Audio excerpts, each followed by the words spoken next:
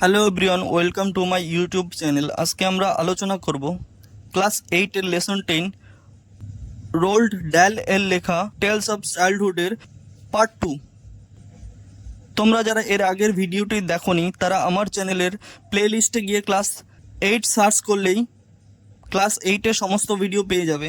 এছাড়া আমি এই ভিডিওর ডেসক্রিপশন বক্সে ক্লাস 8-এর প্লেলিস্টের লিঙ্ক দিয়ে দেবো, তোমরা সেখান থেকেও গিয়ে দেখে আসতে পারো। তাছাড়া আজকে যারা আমার এই চ্যানেলে প্রথম এসছো তারা চ্যানেলটিকে অবশ্যই সাবস্ক্রাইব করবে, এবং যারা আগের থেকে করেছো তাদের সকলকে অসংখ্য ধন্যবাদ। তো চলো কথা না বাড়িয়ে শুরু করা যাক।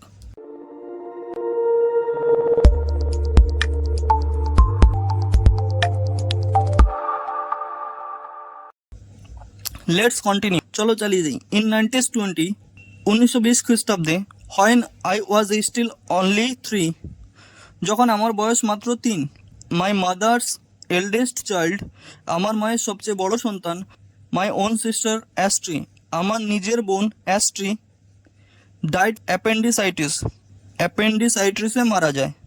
She was 7 years old when she died, যখন সে মারা যায় তখন তার বয়স ছিল মাত্র 7 বছর। Astri was far and away my father's favourite, Astri আমার বাবার সবচেয়ে প্রিয় সন্তান ছিল।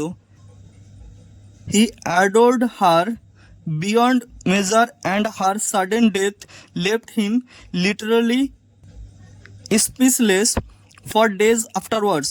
বাবা তাকে অপরিমেয় স্নেহ করতেন, এবং তার এই আকস্মিক মৃত্যুর পরেই তিনি আক্ষরিক অর্থে বাকরুদ্ধ হয়ে পড়েন।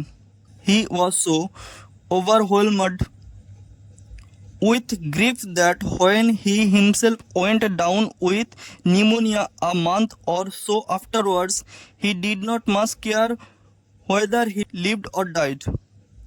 তিনি এতটাই শোকাহত হয়েছিলেন যে প্রায় মাসখানেক পর যখন তার নিউমোনিয়া হয়েছিল তখন তার বাঁচা মরা নিয়ে তিনি একটু বিচলিত হতেন না, বা তিনি বাঁচলেন বা মারা গেলেন তাই নিয়ে তেমন মাথা ঘামালেন না। If they had penicillin in those days, সেকালে যদি পেনিসিলিন পাওয়া যেত, neither appendicitis nor pneumonia would have been so much of a threat. Appendicitis বা নিউমোনিয়া কোনোটাই তেমন বিপদের কারণ হতো না।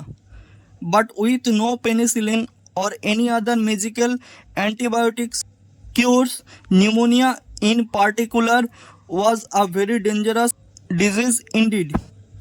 কিন্তু পেনিসিলিন বা অন্য কোনো আশ্চর্য অ্যান্টিবায়োটিক ঔষধ না থাকার ফলে বিশেষত নিউমোনিয়া সত্যিই খুব বিপজ্জনক রোগ ছিল।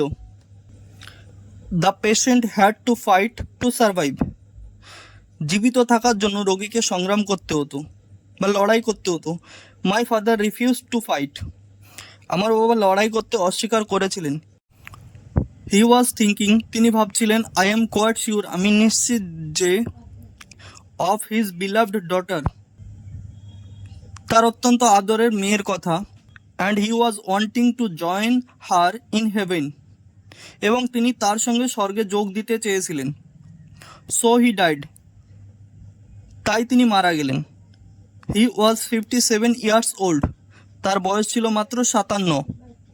My mother had now lost a daughter and a husband all in the space of a few weeks, এর ফলে আমার মা মাত্র কয়েক সপ্তাহের ব্যবধানে নিচের এক কন্যা ও স্বামীকে হারালেন। Here she was suddenly having to face all alone the very gravest problems and responsibilities, এবার তাকে একদম একা হঠাৎ করে ভীষণ গুরুতর সব সমস্যা আর দায় দায়িত্বের সম্মুখীন হতে হলো। She had 5 children to look after, 5টি সন্তান ছিল তার যাদের দেখাশোনা করতে হবে। She sold the big house, সে বড় বাড়িটা বিক্রি করে দিল। And move to a smaller one a few miles away in Llandaff, আর কয়েক মাইল দূরে ল্যান্ডাফে একটা অপেক্ষাকৃত ছোট বাড়িতে উঠে গেলেন। It was called Cumberland Lodge, বাড়িটির নাম ছিল Cumberland Lodge, and was nothing more than a pleasant medium sized suburban villa, এবং এটি মধ্যম মাপের এক মনোরম শহরতলির ভিলা বা বাগান বাড়ির অপেক্ষা বেশি কিছু ছিল না। So it was in Llandaff 2 years later, যাই হোক এই ল্যান্ডাফে 2 বছর বাদে, when I was 6 years old, যখন আমার বয়স 6 বছর, that I went to my first school, আমি প্রথম স্কুলে যাই। Thank you everyone for watching my videos. আমার এই ভিডিওটি ভালো লাগলে লাইক করবে, কমেন্ট করবে এবং বন্ধুদের সঙ্গে শেয়ার করবে। তাছাড়া যারা চ্যানেলটিকে সাবস্ক্রাইব করনি তারা চ্যানেলটিকে অবশ্যই সাবস্ক্রাইব করবে এবং যারা আগের থেকে করেছো